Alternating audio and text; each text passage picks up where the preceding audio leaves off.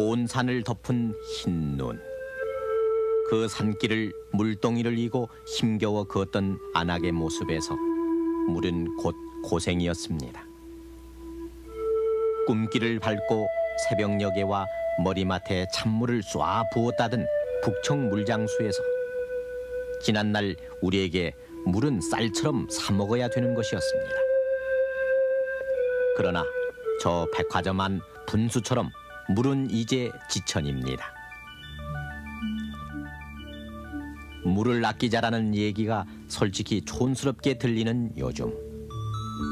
이제는 더 이상 물 때문에 지게를 지고 물 때문에 밤을 지새는 일은 없어졌습니다.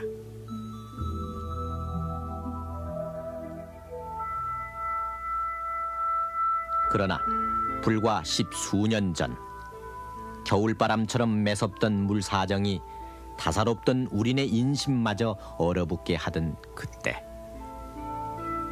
집 고를 때 수도부터 틀어봐라, 물 나온다 물 받아라 하던 할머니의 해수 섞인 잔소리가 끊이지 않았던 시절, 그 귀한 물 한 동이 머리에 이고 휘청거리며 걷다 논두덩에 넘어진 어머니. 그 어머니의 가슴 속에 깨진 물동이처럼 부서져버린 심장의 고동소리만 공허롭던 그때, 남루한 부엌에선 깨진 물 항아리를 횟가루로 때우는 할머니의 손길이 서러웠고, 물장수가 써놓은 6에 3이니 5에 몇이니 하는 숫자가 적힌 물통을 들고 어디서 설지도 모르는 급수차 뒤를 졸졸 따르던 그 시절, 저 안악내와 상고머리 소년의 모습은 안타깝던 우리들 과거의 실록입니다. 물 차왔어요 하는 소리에 가슴 철렁이며 대문을 팍 차고 나섰던 그때, 그때를 아십니까?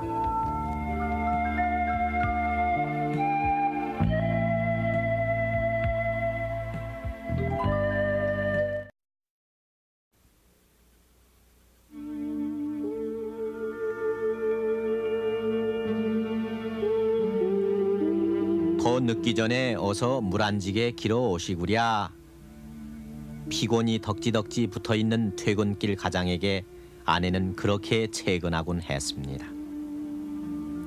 저녁밥을 마련하기 위해서, 숭늉의 설거짓물, 자릿기를 위해서, 그리고 이튿날 한 바가지의 세숫물을 확보하기 위해서 공무원도 회사원도 군인도 모두 물지게 지는 데는 이력이 났었습니다. 세발 자전거로 메뚜기 이마만큼이나 좁아 터진 앞드락을 맴돌다 엄마 눈치를 살펴 그 귀한 수돗물 한 바가지를 시원스레 들이켰던 우리네 유년기의 자화상도, 어느 동네 어느 집이나 내비치곤 했습니다. 부성기 분위기는 하나, 반찬 없인 살아도 물 없으면 못 살았기에 안악들은 물 한 지게 살 푼돈을 늘 부뚜막에 준비해 놓았고, 그때 공동수도는 어느 집 할 것 없이 하루에 2~3번씩 반드시 들러야 했습니다. 그나마 쫄쫄거리던 공동수돗물도 항상 살 수는 없어서 시간에 맞춰 부지런을 떨어도 언제나 더 일찍 나온 양동이의 행렬로 그 지리한 여름 뙤약볕에 마냥 기다려야 했습니다. 공동수도가에선 점잖은 남정네와 안악내가 얼굴을 붉히며 내가 먼저니 댁이 나중이니 하며 언성을 높이기가 일쑤였고, 이웃 사촌들도 이때만큼은 사돈의 팔촌쯤으로 벌어졌습니다.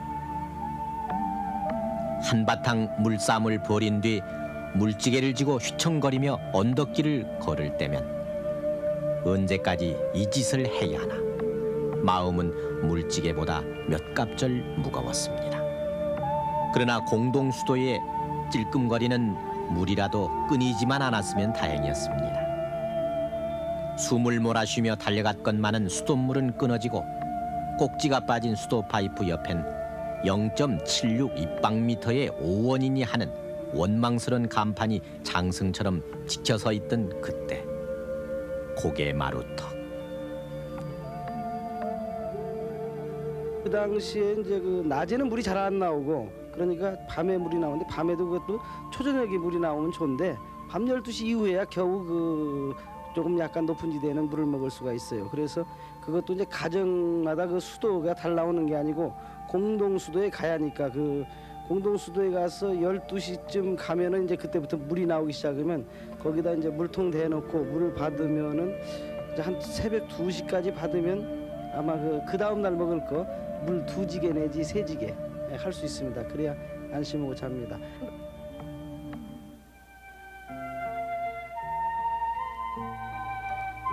물이 돈만큼이나 귀했던 그 시절. 그래서 공동우물이 있는 동네 집값은 다른 곳보다 엄청 비쌌습니다. 동네 우물은 가뭄만 들지 않으면 버들잎을 띄워주던 인심이 조금 남아 남의 물지개에도 물을 퍼주는 여유도 있었고 또 아낙네들이 모여서 쌀도 씻고 빨래도 하고 이슥한 밤이면은 남정네 눈을 피해 등목까지도 할 수 있었던 공동의 부엌이자 목욕탕이기도 했기 때문입니다.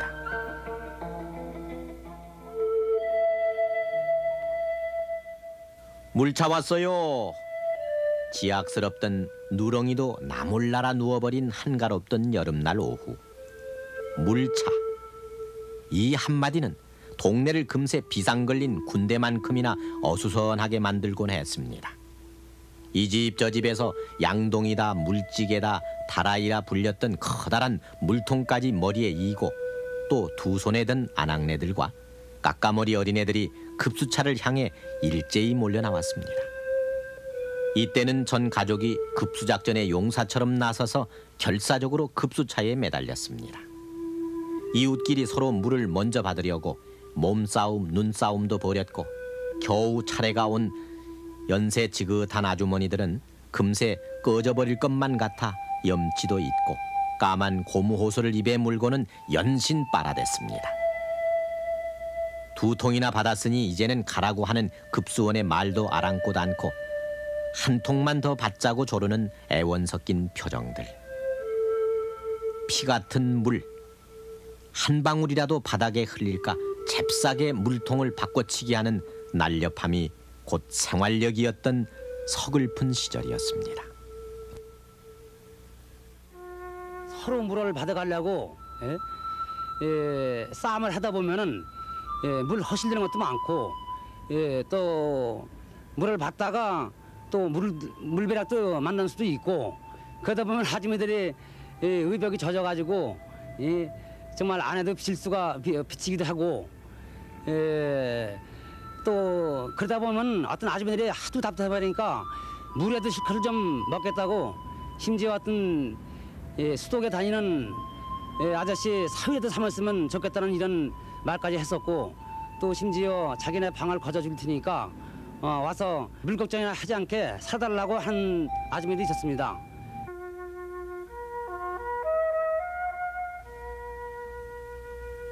물이 나오는 날, 그날은 수도가 있던 집에선 철철 흐르는 물 속에서 밀린 빨래도 하고 목욕탕 시멘트 욕조에 양은 다라이에 빈 항아리에 물을 받아놔 이날만큼은 물부자가 되는 날이기도 했습니다.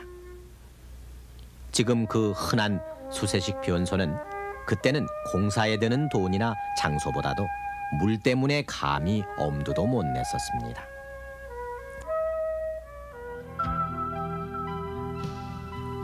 불과 17년 전인 1970년 여름, 약간은 썰렁해 보이는 시청 앞 광장에선 그동안 군용 트럭이나 민간 회사에서 빌려 쓰던 급수차 대신 서울시가 운영하는 급수차 발대식이 보란듯이 거행되기도 했습니다. 늠름하게 줄 서 있는 갖가지 트럭들 앞에 도열해 있는 시청 공무원들의 엄숙한 표정들이 물이 귀했던 그 시절의 심각함을 그대로 전해주고 있습니다.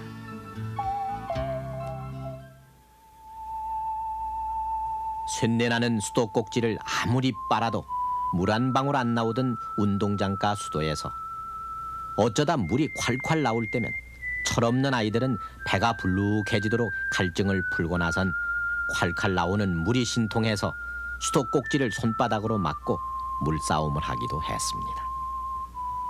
학교가 파하고 집으로 오던 길. 산동네 아이들은 누가 시키지 않았어도 개울물에서 세수도 하고 발도 씻었습니다. 어린 마음에도 중학교 다니는 큰형이 학교 가기 전 새벽 안개 속에서 물지개로 나르던 그 물. 물의 소중함이 사무쳤기 때문이었습니다. 방울로 떨어져 나와 무더니도 속을 썩히던 그 수도에 그때는 왜 그리 고장은 많았는지. 돌려도 헛도는 수도꼭지며 아무리 잠가도 여전히 물이 새는 수도. 가뜩이나 아까운 수돗물이 그냥 샌다는 것은 요즘으로 따져선 마치 불이 나는 것만큼이나 긴박했던 일이어서 당국은 수도 고장 신고는 117로 해서 수도 고장을 범죄나 간첩, 화재 사고와 같은 반열에 넣었습니다. 발견 즉시 전화 117번을 걸어서 수도 안내소로 연락해서 하루속히 고치도록 해야 하겠습니다. 온 마을 사람들이 샘물 하나 또는 공동물 하나에 매달려야 했던 농촌의 물 사정도 도시보다 나을 것이 없었습니다.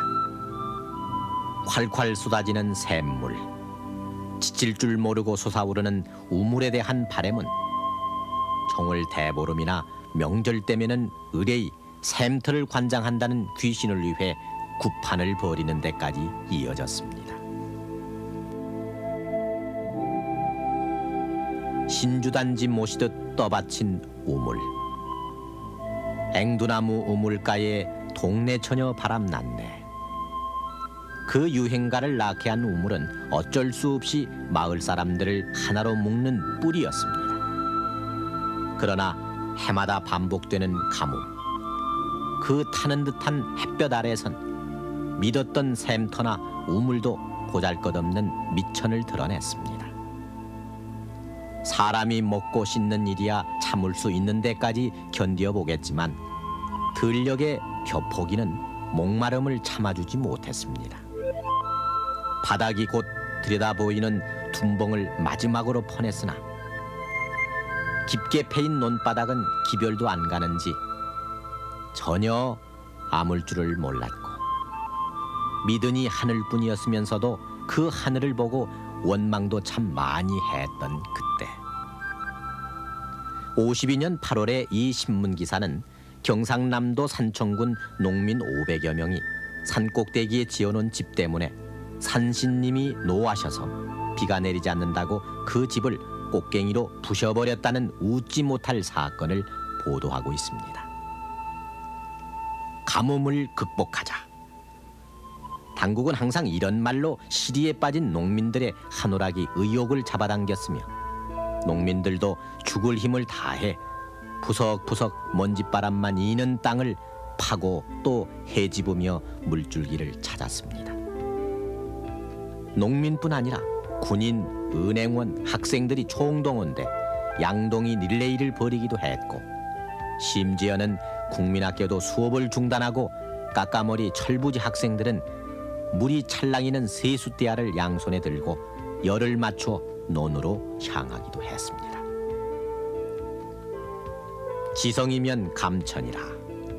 그토록 염원하던 비가 주룩주룩 오시던 날.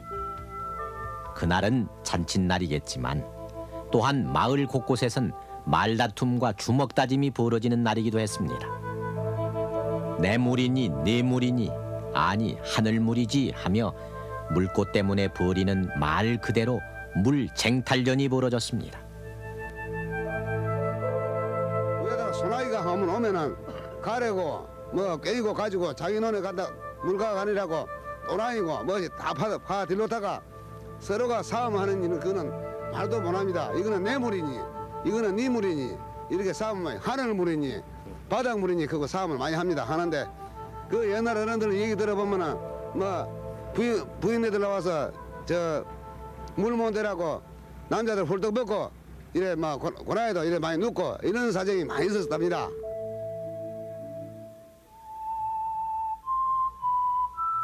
없어서도 난리였지만은 때로는 넘쳐서 고생이었습니다. 혈린이 사란이 하는 귀에 익지도 않은 외국 여자 이름에 큰 비바람이 몰고 온 재앙들은 도시 농촌 할 것 없이 이 땅의 사람들과 그 사람들의 남루한 세간살이를 앙증맞게 핥히어 지나갔습니다. 지난밤 같이 자리에 들었던 남편과 큰딸은 태풍과 함께 간 곳을 몰라 어머니를 혼절시켰고 발가숭이 막내마저 어린 심사를 어쩌지 못해 빗물에 핥혀진 초막을 걷어차고 있었습니다. 남은 것은 눈물마저 말라버린 아낙네 오열과 아무 표정 없는 할머니의 넉나감 뿐이었습니다. 수해 지구에는 의뢰 미군 잠자리 헬리콥터가 구제품을 날라 그나마 벌거벗은 아이들에게 까만 작업복이니 퍼풀인 원피스 따위를 입혀주곤 했습니다. 그리고 농촌보다 먼저 일어선 도시에서는 거리마다 수재민을 돕자며 모금함을 목에 건 학생들과 온 국민의 도움을 호소하는 여자 배우의 애절한 목소리가 넘쳤습니다. 그저 구전 일에는 미운이 고운이 해도 친척밖에 없다고. 수재민들이 바로 우리 결의이고 보니 우리가 이렇게 모인 김에 그들을 위해 설상가상. 불행은 혼자 오지 않는다고 한해나 홍수해를 겪은 다음이면은 곧이어 전염병이 퍼져 우리를 또 한 번 당혹스럽게 했습니다. 50년대 중반의 이 통계는 우물 중독으로 인한 장티푸스가 번져서 숨진 이가 54년 21명에서 58년에는 77명으로 증가인료에 있다고 지적하고 있습니다. 식순환과 가뭄, 그리고 홍수와 전염병. 십수년 전까지도 우리네 곁을 지겹도록 따라다니던 귀신 같은 낱말들이었습니다. 그리고 오늘 65년도 58%였던 하늘만 바라보고 농사를 짓던 천수답이 28%로 줄어들었고 세수대야로 물을 대던 논에는 양수기가 콸콸 물을 쏟아내고 있습니다. 물 잘 나오게 해달라며 풍물을 놓던 샘터는 언제부턴지 인적이 끊어졌고 웬만한 농촌에는 집집마다 모터로 물을 끌어 쓰는 수도와 펌프가 들어섰습니다. 형님이 먼저 때를 민 떼국물 함석 다라이 안에서 더럽다고 투정을 부리다 할머니에게 호되게 등줄기를 얻어맞던 지금의 30대 40대는 때를 밀기보단 피로를 풀겠다고 목욕탕이나 사우나를 찾습니다. 서울시 상수도 보급률이 52%에 그쳤던 60년대 초반 산 비탈 동네에 구세주처럼 나타났던 급수차. 수도 보급률이 98.4%나 되는 요즘 그 급수차는 비상시에 대비한 차량으로 하얀 눈 속에 할 일을 잃고 서 있습니다.